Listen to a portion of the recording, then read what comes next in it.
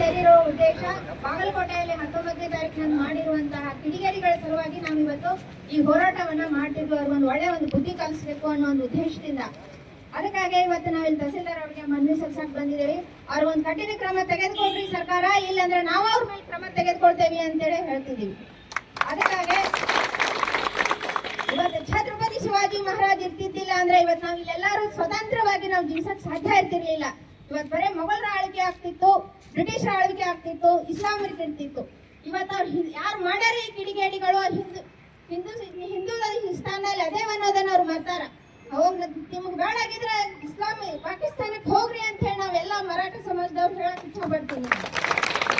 ಅದಕ್ಕಾಗಿ ಸರ್ಕಾರ ಅವ್ರಿಗೆ ಒಂದು ಒಳ್ಳೆ ಬುದ್ಧಿ ಕಲಿಸ್ರಿ ಅಂತ ಹೇಳಿ ನಾವು ಇಲ್ಲಿ ಇವತ್ತು ಎಲ್ಲರೂ ಸೇರಿದ್ದೀವಿ. ಅದರ ಪ್ರಕಾರ ಇವತ್ತು ಸರ್ಕಾರ ಅವ್ರ ಮೇಲೆ ಕ್ರಮ ಕೈಗೊಳ್ಬೇಕು ಅಂತೇಳಿ ಹೇಳಕ್ ಇಚ್ಛೆ ಪಡ್ತೀನಿ.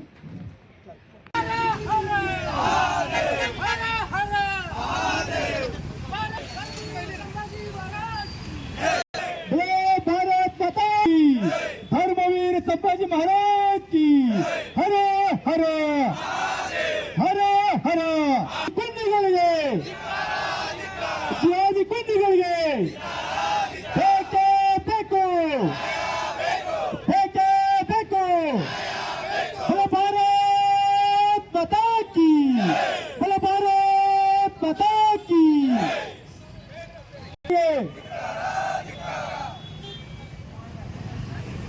ಛತ್ರಪತಿ ಶಿವಾಜಿ ಮಹಾರಾಜರು ಯಾವುದೇ ರೀತಿಯಿಂದ ಜಾತಿಗೆ ಸೀಮಿತ ಆಗದೆ ಈ ಸ್ವರಾಜ್ಯವನ್ನು ಸ್ಥಾಪನೆ ಮಾಡಿ ಈ ಹಿಂದುವಿ ಸ್ವರಾಜ್ಯ ಅಂತ ಇದು ಮಾಡಿ ಇವತ್ತಿನ ದಿವಸ ನಾವು ಗರ್ವ ಸಹ ಹಿಂದೂ ಅಂತ ನಾವು ಹೇಳ್ತಾ ಇದ್ದೀವಿ.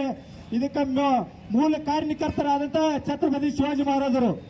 ಅಂತ ಛತ್ರಪತಿ ಶಿವಾಜಿ ಮಹಾರಾಜರಿಗೆ ಅಪಮಾನ ಮಾಡಿದಾರಂದ್ರೆ ನಾವು ಇವತ್ತಿನ ದಿವಸ ಇಲ್ಲಿ ಭಾರತ ದೇಶದಾಗದವರು ಅಥವಾ ಏನ ಪಾಕಿಸ್ತಾನ ಬಾಂಗ್ಲಾದೇಶದಾಗದವರು ಅನ್ನೋದು ನಮಗೆ ತಿಳಿವಾಗೈತಿ. ಬಹುಸಂಖ್ಯಾತರಿರುವಂತಹ ಹಿಂದೂಗಳಿಗೆ ಇವತ್ತಿನ ದಿವಸ ಈ ಪರಿಸ್ಥಿತಿ ಆಗತ್ತೈತೆ ಅಂದ್ರೆ ಇಲ್ಲಿ ಪಾಕಿಸ್ತಾನ ಬಾಂಗ್ಲಾದೇಶದೊಳಗ ನಮ್ಮ ಹಿಂದೂಗಳ ಪರಿಸ್ಥಿತಿ ಏನನ್ನೋದು ನಾವು ಅರ್ಥ ಮಾಡ್ಕೋಬೇಕಾಯ್ತು.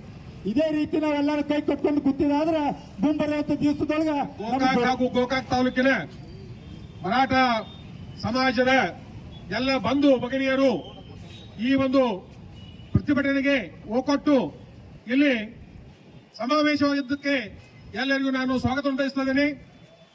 ಎರಡನೇದಾಗಿ ಈ ಪ್ರತಿಭಟನೆ ಯಾಕಪ್ಪ ಅಂತಂದ್ರೆ ಈಗಾಗಲೇ ಸಚಿವರು ಹೇಳಿದ್ರು, ದಿನಾಂಕ 19ರಂದು ನಡೆದಂತ ಬಾಗಲಕೋಟೆ ಚಿಲ್ಲಾವಣಿಯಲ್ಲಿ ನಡೆದಂತ ಒಂದು ಮೆರವಣಿಗೆ ಶಿವಾಜಿಯವರ ಜಯಂತಿ ನಿಮಿತ್ತವಾಗಿ ಹಮ್ಮಿಕೊಂಡಂತಹ ಒಂದು ಮೆರವಣಿಗೆಯನ್ನ ನಾವು ಮಾಡುವಾಗ ಅಲ್ಲಿದ್ದಂತಹ ಕೆಲವು ಕಿಡಿಗೇಡಿಗಳು ಕಲ್ಲು ತೂರಾಟ ಮಾಡಿ ಆ ಮೆರವಣಿಗೆಗೆ ಭಂಗವನ್ನು ತಂದಿದ್ದಾರೆ.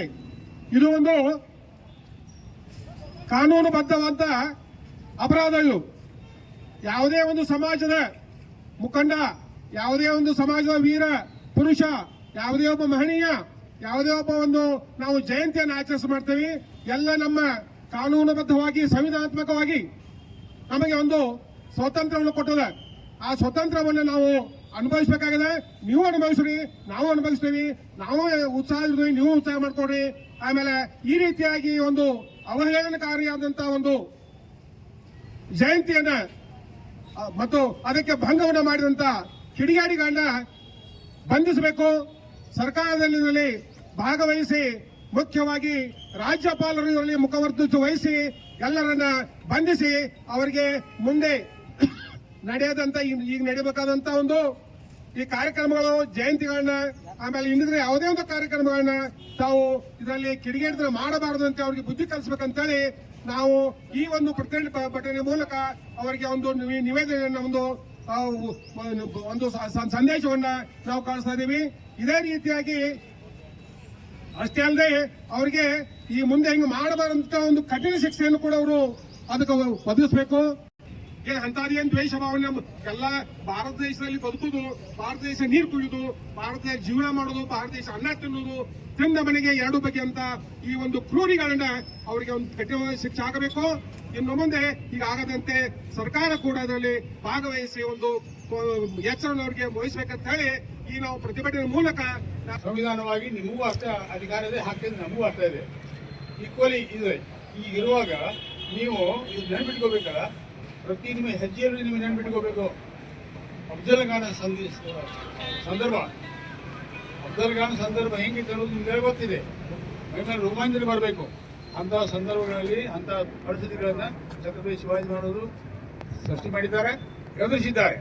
ಇಂತಹ ಮಹಾಪುರುಷ ಸತ್ಪುರುಷನ ಸಮಯ ಜಯಂತಿ ಆಚರಣೆ ಸಮಯದಲ್ಲಿ ನೀವು ಅಪಮಾನ ಮಾಡ್ತೀರಿ ಅಂತಂದ್ರೆ ನೀವು ಎಷ್ಟು ಧೈರ್ಯ ಇರಬೇಕು.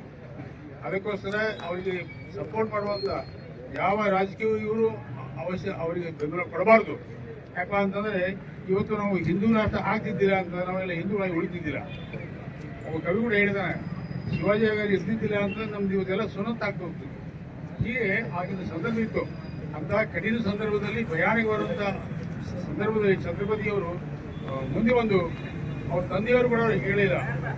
ಅಖಿಲ್ ಸೇರಿ ಇದರಲ್ಲಿ ದರ್ಬಾರದಲ್ಲಿ ಶಿವಾಜಿ ಅವ್ರಿಗೆ ಹೇಳ್ತಾರೆ ಮುದ್ರಾ ಮಾಡೋದು ತಗೊಂಡು ಇಲ್ಲಂತಾರ ಅವರು ನಿರ್ಣಯ ತಗೊಂಡು ಅವರಿಗೆ ಕಠಿಣವಾದ ಶಿಕ್ಷೆ ಕೊಡಬೇಕು ಮತ್ತು ಆ ಸಮಾಜಕ್ಕೆ ಒಂದು ಸಂದೇಶ ಹೋಗಬೇಕು.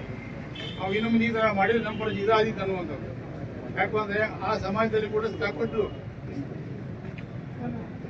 ಆ ಸಮಾಜದಲ್ಲಿ ಬುದ್ಧಿಜೀವಿಗಳಿದ್ದಾರೆ. ಆ ಬುದ್ಧಿಜೀವಿಗಳು ಅವ್ರಿಗೆ ತಿಳಿಸಿ ಹೇಳಬೇಕು, ಈಗ ಮಾಡಿದ್ದು ಸಮಾಜದಲ್ಲಿ ಕೆಲಸ ಆಗ್ತಾ ಇದೆ, ಇದನ್ನು ಮಾಡಬಾರದು ಅಂತ. ಅದಕ್ಕೋಸ್ಕರ ಇವತ್ತಿನ ದಿವಸ ನಾವು ಉಗ್ರವಾಗಿ ಪ್ರತಿಭಟನೆ ಮಾಡ್ತಾ ಇದ್ದೀವಿ.